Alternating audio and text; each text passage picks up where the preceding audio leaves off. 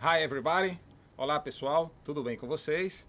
Estamos aqui mais uma vez nesse projeto da Nona Direct, juntamente com a RPTV no Conecta Enem.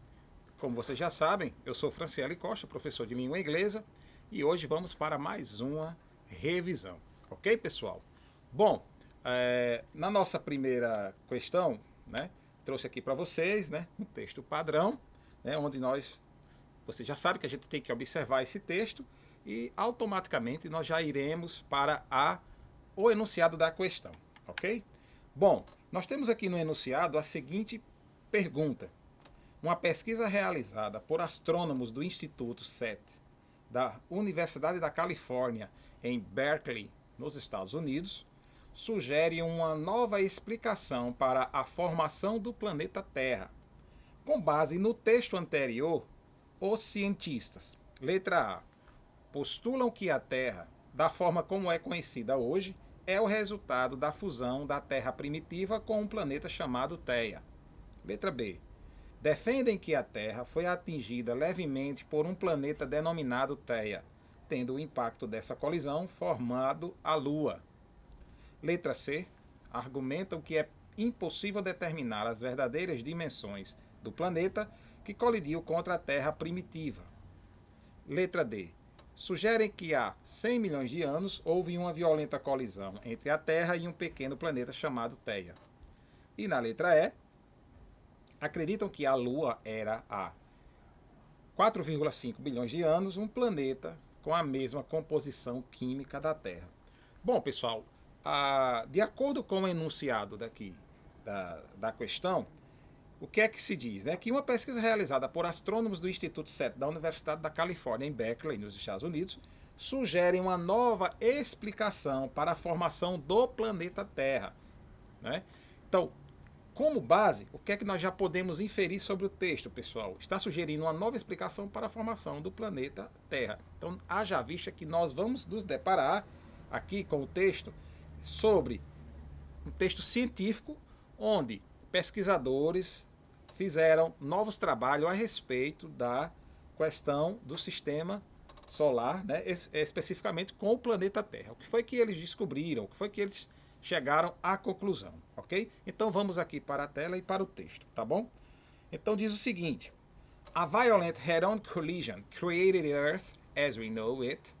Groundbreaking new research has revealed a planetary embryo called Theia, thought to be around the size of Mars on Earth, collided with Earth 4.5 billion years ago when our planet was just 100 million years old. Bom, o que é que esse texto aqui quer dizer? O início dessas linhas, pessoal, que é uma colisão frontal, né, violenta, criou a Terra, como sabemos, né? Como todos nós sabemos, que a Terra surgiu através de uma colisão, tá? Foi o que novas pesquisas revelaram, né? E um embrião planetário chamado Theia, que se acredita ser o do tamanho de Marte ou da Terra, colidiu com a Terra há 4,5 bilhões de anos atrás, tá? Quando o nosso planeta tinha apenas 100 milhões de anos, beleza? Continuando, né?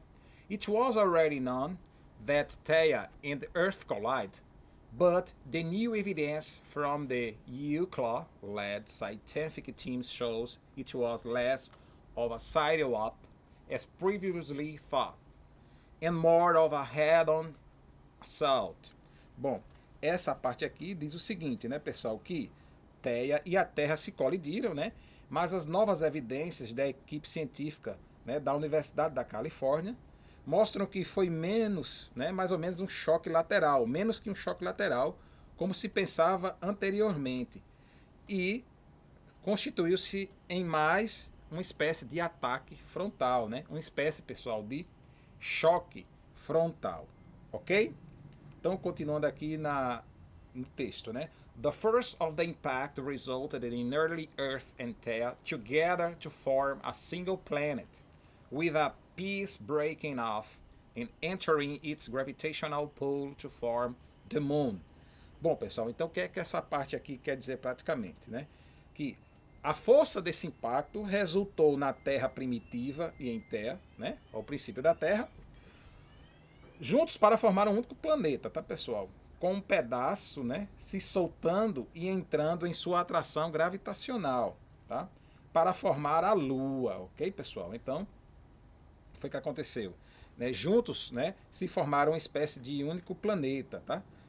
Entrando na atração, né, gravitacional da gravidade para se formar a Lua, ok?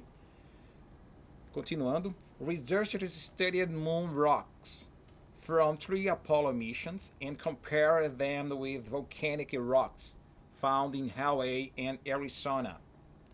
Então, o que é que ele quer dizer aqui, pessoal? Que os pesquisadores estudaram as rochas lunares, tá?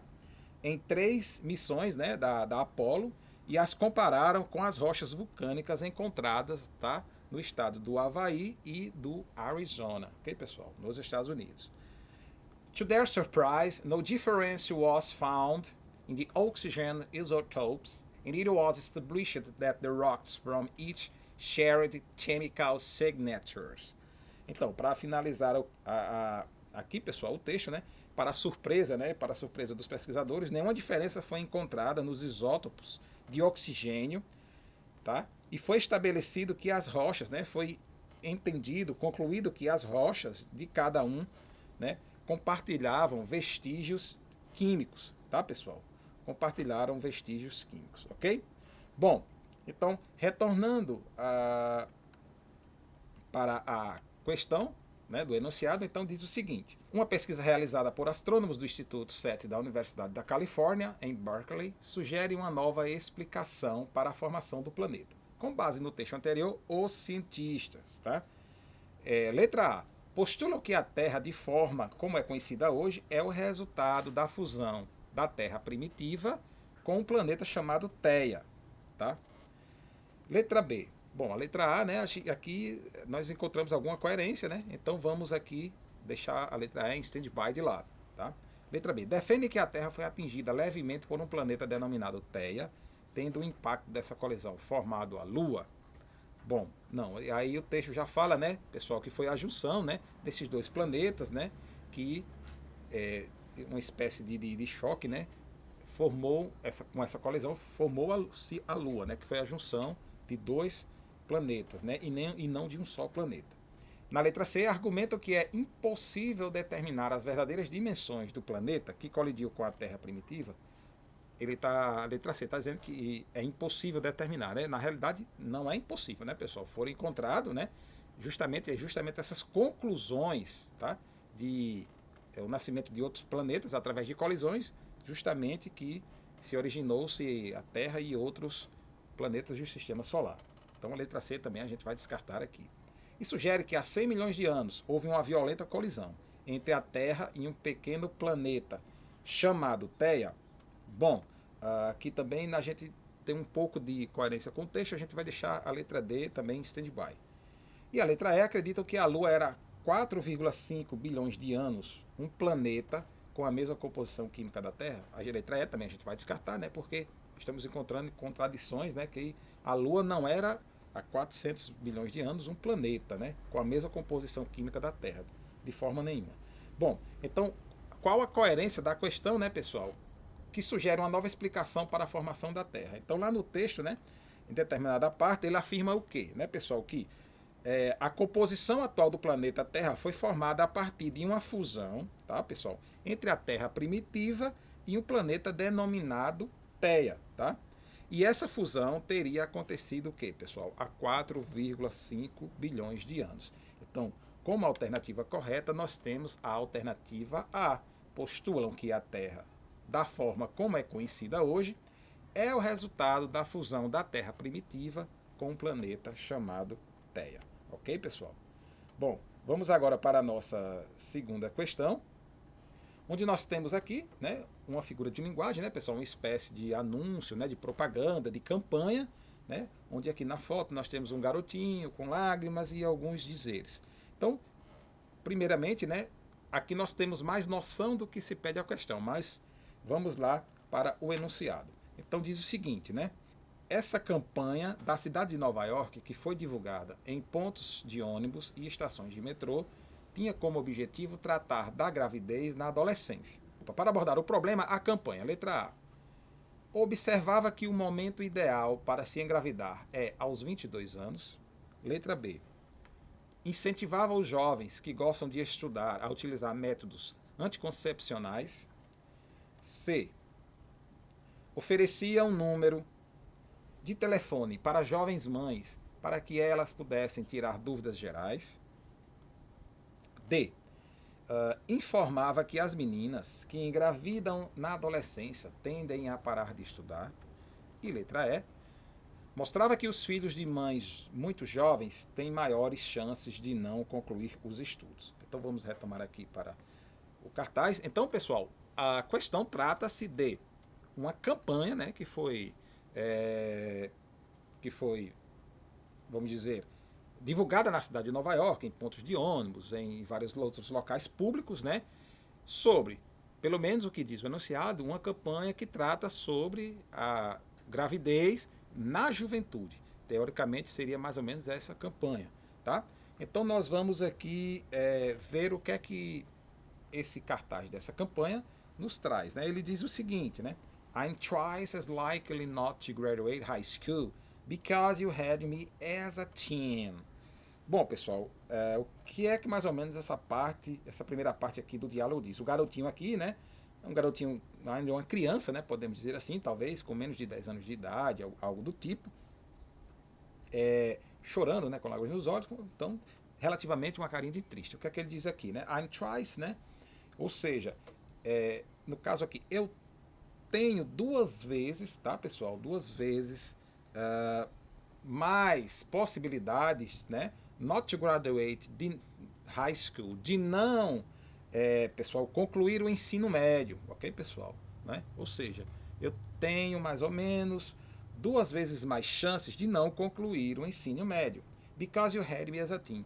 Porque você me teve muito jovem, ou seja, você me teve muito adolescente. Então essa primeira parte aqui, né, pessoal, é bem apelativo, tá bom?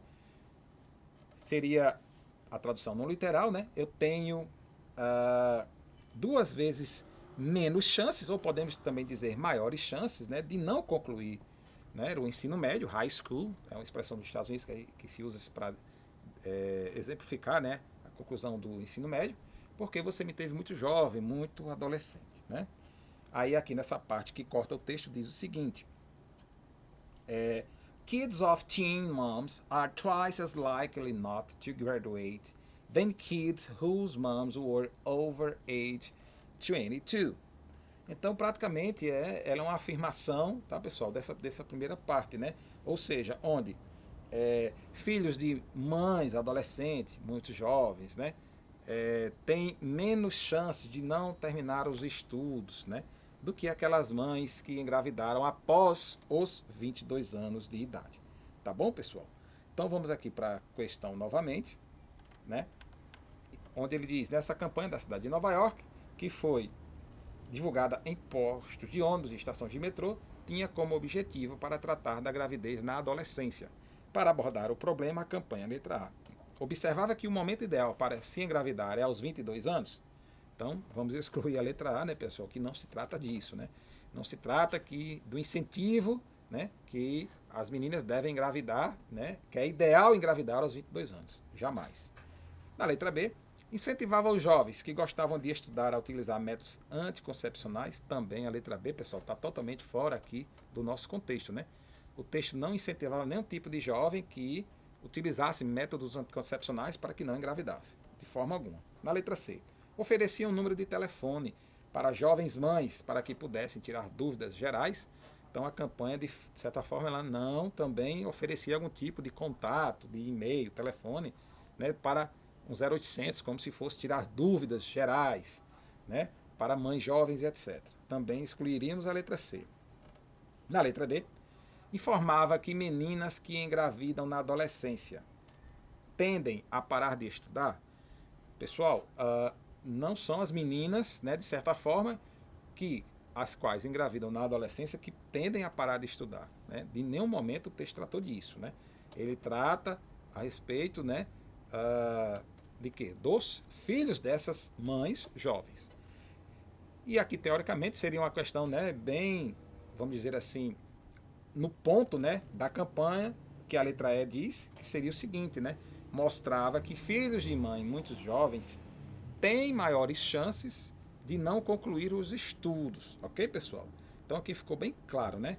Esses filhos dessas mães, né, que tiveram filhos muito adolescentes, ali por volta dos 16 aos 18, 17 anos, né, eles têm menos chance de concluir os estudos, né, que foi uma campanha justamente que foi feita para tentar amenizar esses índices, ok, pessoal? Então nós temos como alternativa correta a alternativa E, ok? Então vamos agora para a nossa próxima questão, onde também aqui nós temos também, pessoal, outro texto, tá, pessoal? Um texto padrão. Então vamos direto para o enunciado que está logo aqui abaixo. Então o enunciado diz o seguinte: em abril de 2016, a organização Reporters Without Borders, que seria a tradução no literal, né, Repórteres Sem Fronteiras, divulgou uma classificação anual de liberdade de imprensa no mundo, entre 180 países. O Brasil ficou com a 104ª posição. Como é possível ver no texto apresentado, segundo a organização, isso deve, entre outros elementos, tá? Então vamos aqui para as questões. Letra A. A onipresente corrupção no país, que leva a um clima descontraído e pouco sério. Letra B. A forte proteção aos repórteres, a qual não lhes dá espaço para trabalhar direito. Letra C. Ao fato de que o Brasil, se situar na América Latina, possui altos índices de violência. Letra D. A propriedade dos meios de comunicação ainda nas mãos de poucas famílias abastadas. E letra E. Ao fato de a mídia ser muito concentrada, ou seja, não diversificar em termos de publicação. Bom, pessoal, então aqui nós retornaremos ao enunciado, né? O que é que trata praticamente essa questão? Essa questão está tratando, pessoal, sobre liberdade de expressão, né, perante a imprensa, né? Onde houve aqui uma espécie de pesquisa, né, pessoal, de dados, né, que mostram alguns elementos, né, que classificam esse tipo de atitude, né, perante a sociedade, né, que foi divulgado pelos Repórteres Sem Fronteiras, né, uma espécie de organização. Então aqui nós vamos para o texto, né, para a gente observar mais ou menos o que é que ele está relatando, tá? What with threats? Physical attacks during demonstrations and murders. Brazil is one of Latin America's most violent and dangerous countries for journalists. Bom, pessoal, essa primeira parte aqui do texto diz o seguinte, né? Com ameaça, ataques físicos, né, durante manifestações e assassinatos, tá, pessoal? Murders. O Brasil é um dos países da América Latina mais perigosos, tá, pessoal? E violentos para jornalistas, tá? Então essa primeira parte aqui está bem interessante, né? Ele está relatando, né, que na América Latina o Brasil é um país muito perigoso para jornalistas, onde durante manifestações, né, ocorrem ataques, né, físicos, né, até assassinatos e ameaças de um modo geral, ok? Então, seguindo aqui no texto, né, vamos ver o que ele relata mais, né? Protecting reporters is made much harder by the lack of a national mechanism for their protection and by a climate of impunity fueled by the ambiguous corruptions, ok, pessoal? Então essa parte aqui diz o seguinte, né? Que a proteção dos repórteres torna-se muito mais difícil devido à falta de um mecanismo nacional para a proteção, tá?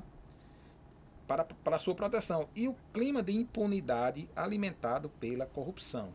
Então, por que é que ocorrem essas ameaças aos jornalistas? Justamente o que o texto diz aqui, né, pessoal? Falta proteção aos repórteres, tá? Justamente é um mecanismo, a falta de um mecanismo, né? E a impunidade, tá? Alimentado pela corrupção, que fazem com que os jornalistas fiquem, de certa forma, vulneráveis, ok, pessoal? Continuando aqui para concluir, diz o seguinte: Media ownership continues to be very concentrated, especially in the hands of big industrial families that are often close to the political class. Bom, para finalizar aqui, o texto diz o seguinte, né? A propriedade dos meios de comunicação continua muito concentrada, especialmente nas mãos de grandes famílias industriais, muitas vezes próximas da classe política. Então, o que é que acontece aqui, pessoal? É uma situação muito séria. Ou seja, os meios de comunicação, que são TV e rádio, eles pertencem, na maioria das vezes, né, no nosso país, segundo o texto, né, à classe empresarial, tá, pessoal? Quer dizer que a classe industrial, esse perfil, né, de pessoas, né, é que contém os direitos, né, pessoal, as concessões das rádios, né, de um modo geral, e das TVs. E, teoricamente, essas pessoas são muito ligadas à classe política, né? Por isso que, segundo o texto, há uma espécie de, pessoal, lacuna, né? Há uma espécie de impunidade para as pessoas que cometem violência contra jornalistas. Tá, pessoal? Então, tem um texto bem interessante, um texto bem claro para a gente começar a compreender, né, a nossa resposta correta. Então, vamos lá. Então, diz aqui, em abril de 2016, a organização Reporters Without Borders, Repórteres Sem Fronteiras, divulgou uma classificação anual de liberdade de imprensa no mundo. Entre 180 países, o Brasil ficou com a 104ª posição, como é possível ver no texto apresentado. Segundo a organização, isso se deve, entre outros elementos, né? Letra A onipresente corrupção no país, que leva a um clima descontraído e pouco sério. Bom, né? Essa questão da corrupção do país, segundo a letra A, né, ela leva a um clima descontraído, né, pessoal, e pouco sério. Então, totalmente aqui fora de contexto, né? Muito pelo contrário, a corrupção, ela, de certa forma, ela torna um ambiente hostil, né, pessoal, um ambiente de revolta, e não um ambiente descontraído, ok? Letra B. A forte proteção aos repórteres, a qual não lhes dá espaço para trabalhar direito. Bom, pessoal, aqui essa questão totalmente desconecta, né? Ela diz primeiro que a forte proteção aos repórteres. De forma alguma, não, o texto fala que não há, justamente que não há proteção aos repórteres. Então, a partir dessa primeira parte da oração aqui da letra B, a gente já pode também descartá-la, né? Não existe proteção aos repórteres, não existe uma lei, né? Uma lei que e os dê proteção, não existe nada desse tipo. Então a gente já pode eliminar a letra B também. E a letra C? Ao fato de que o Brasil se situar na América Latina, que possui altos índices de violência, também não, pessoal. O fato do Brasil se situar na América Latina não significa que ele seja um país violento, com altos índices de violência, né? O fato de onde você reside, onde você mora, isso não significa que seja um local ou país ou região violenta. Na letra D, a propriedade dos meios de comunicação ainda nas mãos de poucas famílias abastadas.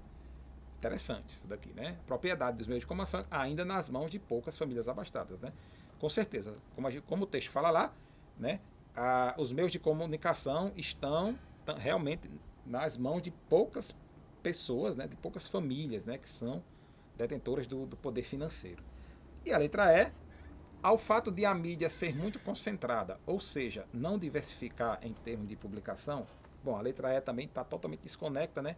Que ele está querendo dizer aqui que a mídia seja uma espécie de órgão, né? De organização alienada, né? Que não diversifica as suas publicações, ou seja, tem só um tipo de publicação destinado a, né, algum tipo de crítica, né? De maneira nenhuma também.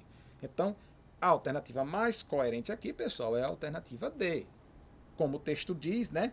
Lá naquela parte lá onde ele fala, né? Media ownership continues to be very concentrated, especially in the hands of the big industrial families that are often close to the political class. Então a gente relatou muito bem que os meios de comunicação estão em poder, né, dos empresários, dos grandes vamos dizer, das pessoas que contêm um valor aquisitivo de dinheiro muito forte, né? Que são os donos das TVs e das rádios, né? De certa forma, eles são muito ligados às classes políticas, tá, pessoal? Então, isso dificulta totalmente a questão da liberdade de expressão no país, segundo o texto, ok? Bom, então nós temos aqui a alternativa D, tá bom, pessoal? Então, retornamos aqui nós agora vamos para a nossa próxima questão, onde também nós temos aqui uma espécie de figura de linguagem, né? Uma espécie de cartoon. E antes que a gente analise ele melhor, nós vamos para a questão que se pede. Bom, diz o seguinte: mesclando texto e imagem, os cartoons criticam de maneira bem humorada diversos aspectos da vida. No cartoon apresentado, há uma crítica. Bom, ele diz praticamente aqui que os cartoons são elementos, né, de imagem, né, que de uma forma bem humorada eles utilizam, né, várias críticas, né, aos aspectos da vida, ao cotidiano, né, entre todos os outros cartoons em comum. Então, o que é que especificamente esse cartoon está criticando? Letra A. Aos jornalistas, que estão sempre tentando instaurar o pânico na sociedade por meio de notícias dadas em tom alarmante. Letra B. Ao governo, que tem cada vez mais aumentado o valor da energia elétrica, levando os cidadãos a terem que economizar energia. Letra C. Aos ambientalistas, pois há um exagero com relação aos problemas ambientais, em especial aqueles que envolvem a economia de energia. Letra D. A sociedade que tem consciência da necessidade de economizar energia, mas, ainda assim, mantém uma série de aparatos tecnológicos que a consomem. E letra E. Aos cidadãos em geral, que passam a maior parte do tempo em frente à televisão, observando informações sem se preocupar com outros aspectos da vida. Bom, então iremos retornar aqui para o cartoon e, mais ou menos, tentar interpretar o que é que esse cartoon, pessoal, está nos dizendo aqui, tá? Bom, nós temos aqui uma figura, né, de um senhor, acredito que é um senhor sentado no sofá, tá? Teoricamente vendo TV, tá, pessoal? E a TV é aparentemente aqui, né, de um tamanho, né, gigantesco, né, pessoal? Né? A gente está vendo aqui um senhor com o microfone na mão, acredito, aparentemente como uma espécie de jornalista, né, de âncora, tá, pessoal? De repórter. Então ele está aqui de certa forma assistindo, né, esse noticiário. Então aqui na parte de cima nós vimos aqui o seguinte: Tonight, an in-depth look at what each of us can do to help conserve electricity. Bom, pessoal, tá interessante aqui essa parte porque ele está falando sobre a questão de conservar energia elétrica, tá, pessoal? Aqui na parte, ó, help conserve electricity.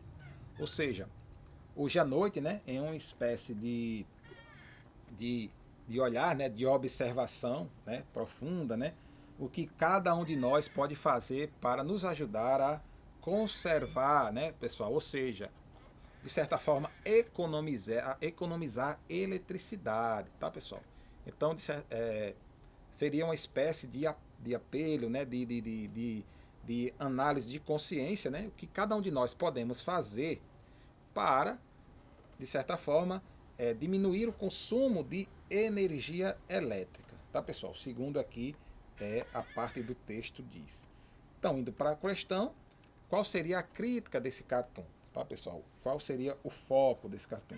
Bom, aqui nós podemos observar no cartoon que, de certa forma, o telespectador, no caso esse senhorzinho que está aí no sofá, né, aparentemente um senhor, ele tem vários aparelhos que consomem energia, não é isso? Nós temos aqui um abajur, temos a questão da TV, né? Temos aqui uma estante com aparentemente aí embaixo outros aparelhos eletrônicos, aí do lado dá subtentes que seriam caixinhas de som, né? Então ele tem vários aparelhos que consomem energia, tá? Como eu já falei, incluindo a questão da grande televisão, né? E isso, de certa forma, pessoal, está causando uma incoerência, né, com o discurso da sociedade, né? O que nós podemos fazer para para evitar o consumo em excesso, né, da eletricidade, né? E isso, de certa forma, está ilustrado, talvez, na pauta jornalística, né? Na pauta jornalística do dia a dia, né? O que a televisão nos divulga, né? Que, de certa forma, para a gente consumir pouca energia, né? Saber utilizar de uma forma melhor em casa, né, os aparelhos eletrônicos para que não haja desperdício, né? Então aqui, de certa forma, o cartoon está incoerente com o que a mídia, né, retrata. Então, indo para a questão, né, então nós temos aqui, no cartoon apresentado, há uma crítica a quê, pessoal? Aos jornalistas que estão sempre tentando instaurar o pânico na sociedade por meio de notícias dadas em tom de alarmante. Então, pessoal, os jornalistas, de certa forma, eles, como já falou aqui embaixo, já falou aqui na citação, né, eles não causam, de certa forma, não causam pânico, mas incentivam, né, ao não desperdício. Então, descartamos a letra A. Na letra B, ao governo que tem cada vez mais aumentado o valor da energia elétrica, levando os cidadãos a terem que economizar energia. Então, de certa forma, pessoal, também não se trata que o governo, né, o fato do governo aumentar, né, a taxa de energia elétrica, né, isso nos incentiva, de certa forma, a economizar também. Mas isso não seria, de certa forma, o ponto primordiante do discurso, né, do cartoon abaixo. Então a letra B também iremos descartar. Letra C. Aos ambientalistas, pois há um exagero com relação aos problemas ambientais, em especial aqueles que envolvem a economia de energia. Bom, também não seria uma crítica também aos ambientalistas, né, pessoal? E de que, de certa forma, eles exageram com a questão dos problemas ambientais, né? Não seria esse também o ideal. E a letra D, a sociedade que tem consciência da necessidade de economizar energia, mas ainda assim mantém uma série de aparatos tecnológicos que a consomem. Então a letra D, né, tá de certa forma coerente com o que a gente viu lá no cartoon. Letra E, aos cidadãos em geral que passam a maior parte do tempo em frente à televisão, absorvendo informações, sem se preocupar com os outros aspectos da vida. Bom, aqui também a letra E, né, de certa forma, ela também não está condizente com o texto, porque ela de certa forma é uma crítica aos cidadãos, né, mas foge um pouco aqui quando ele fala que absorvendo informações sem se preocupar com outros aspectos da vida. Então, de certa forma, a letra E está generalizando a questão dos cidadãos em geral, né? Então, eu concordo que nem todas as pessoas, né, de certa forma, não estão preocupadas com essa situação. Acredito que a grande parte, ou a grande maioria, estão sim preocupados com outros aspectos da vida, né? Se preocupam com algumas questões ambientais e etc. Então, qual seria a alternativa correta? Seria a alternativa D. Por quê? Foi bem claro lá no texto, né, pessoal, que seria uma espécie de incoerência, de hipocrisia, né? Onde a sociedade, que tem consciência da necessidade de economizar energia, mas ainda assim mantém uma série de aparatos tecnológicos que a consomem. Ou seja, né, de certa forma nós incentivamos, né, a esse não consumo exacerbado, mas, né, em algumas situações, né, na maioria talvez das nossas residências, nós temos muitos aparelhos domésticos que a gente consome muita energia, não se damos conta, né, em certos momentos que a gente está consumindo uma carga de energia muito alta e ao mesmo tempo a gente também pede, né, ou escuta da sociedade que a gente venha a consumir menos, né, mas que nós não fazemos às vezes o nosso papel. Então seria uma espécie de incoerência o que o cartoon está pregando. Letra D, né, a sociedade que tem consciência da necessidade de economizar energia, mas ainda assim mantém uma série de aparatos tecnológicos que a consomem. A alternativa D. Ok, pessoal? Iremos agora para a nossa última questão. Ok, pessoal? Observando aqui na tela, né, nós temos novamente um texto padrão e vamos para o seu enunciado, onde diz o seguinte: o texto narra uma situação vivida por um homem que, em seu caminho para casa, resolve parar em uma área de descanso a fim de usar o banheiro. O aspecto cômico do texto reside, letra A, no encontro inesperado que o homem tem com um amigo, letra B, nas perguntas indelicadas que um estranho faz ao homem, C, na amizade que se formou entre o homem e um desconhecido, D, o fato de o homem responder a perguntas que não são dirigidas a ele, na falta de comunicação entre os homens, com perguntas e respostas sem sentido. Bom, pessoal, aqui trata-se de quê?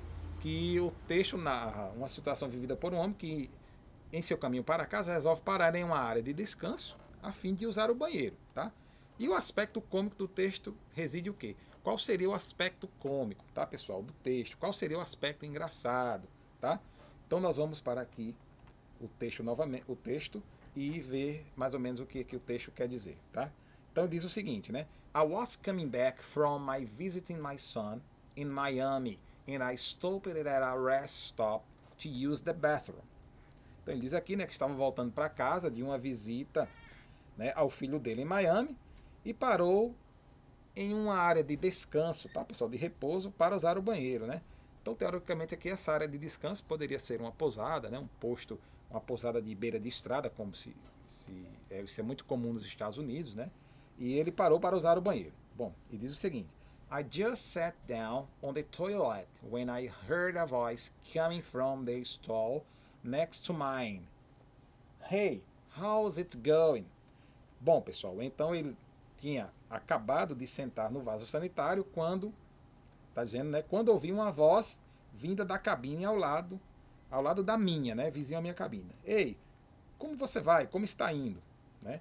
Aí ele diz o seguinte: Although I was quite surprised and I wasn't in the habit of conversing to the people next to me in the stall, I nevertheless answered him, I'm fine. I said, thanks. Bom, aí ele diz o seguinte, né, que embora eu tenha ficado bastante surpreso e não tivesse o hábito de conversar com as pessoas ao meu lado, na baia, ainda assim respondi a ele, estou bem, obrigado. Tá? Continuando, diz o seguinte, né, pessoal? Ele diz o seguinte: For asking, what are you doing? Asked the same voice. To be honest, I was a bit taken aback by the brazenness of this fellow, but I would never ignore anyone. So I calmly answered, I'm relieving myself. Bom, pessoal, então ele diz o seguinte, né? Que a mesma voz perguntou, né? Aí ele diz o seguinte: o que você está fazendo? Perguntou a mesma voz, né? Para ser honesto, eu fiquei um pouco surpreso com a ousadia desse sujeito, mas nunca iria ignorar ninguém, então respondi calmamente: estou me aliviando. Ok, pessoal? Aí ele diz o seguinte: Then I heard the same voice again. I'm going to have to call you back. Some smart aleck is answering all of my questions. Bom, pessoal, aí ele diz o seguinte, né? Depois eu ouvi a mesma voz novamente, tá, pessoal? Onde ela disse, né? Que vou ligar de volta, né? Algum espertinho está respondendo a todas as minhas perguntas, tá, pessoal? Bom, interessante aí, né, que esse diálogo, né, ele é bem cômico, né, de certa forma, né, como o texto já falou, né? E vamos, de certa forma, agora observar qual seria a alternativa correta. Bom, pessoal, qual o sentido cômico do texto, né? O aspecto cômico do texto. O que é que o texto quer expressar para a gente na parte mais cômica, né? Então vamos lá. No encontro inesperado que o homem tem com um amigo, bom, ele não esperava encontrar ninguém, né? Não foi um encontro inesperado. Então, descartamos a alternativa A, tá? Letra B. Nas perguntas indelicadas que um estranho faz ao homem, o texto teve esse aspecto cômico por causa disso, pessoal? Também acho que não. A letra B a gente também já pode descartar. Nas perguntas indelicadas, foi o aspecto cômico? Acredito que não. Na letra C, na amizade que se formou entre um homem e um desconhecido, bom, o desfecho a gente viu no texto ali que não houve uma amizade, né, pessoal? Muito pelo contrário, estava aparentando mais como o início de um confronto, né? Algo do tipo, e não numa amizade. D. No fato de o homem responder às perguntas que não são dirigidas a ele. Bem, aí que também é interessante. Vamos ver a letra E. Na falta de comunicação entre os homens, com perguntas e respostas sem sentido. Bom, onde ele diz aqui que na falta de comunicação entre os homens, de certa forma, não houve falta de comunicação, muito pelo contrário, né? Eles estavam em duas cabines vizinhas e, de certa forma, houve uma comunicação porque houve um diálogo entre os dois. Daí, a letra D seria a alternativa correta, né, pessoal? No fato de o homem responder a perguntas que não são dirigidas a ele. Ou seja, né, lá na parte do texto, né, que onde o segunda pessoa fala que talvez existisse um engraçadinho, um espertalhão respondendo as perguntas que ele estava fazendo na sua cabine vizinha. Ok, pessoal? Bom, encerramos por aqui a nossa revisão de hoje. Espero que vocês tenham tirado proveito, né? anotado algumas ideias ou algumas observações inerentes e importantes à questão da prova de língua inglesa do Enem, ok? Bom, see you later, vejo vocês na próxima aula, tá? Um grande abraço a todos e goodbye.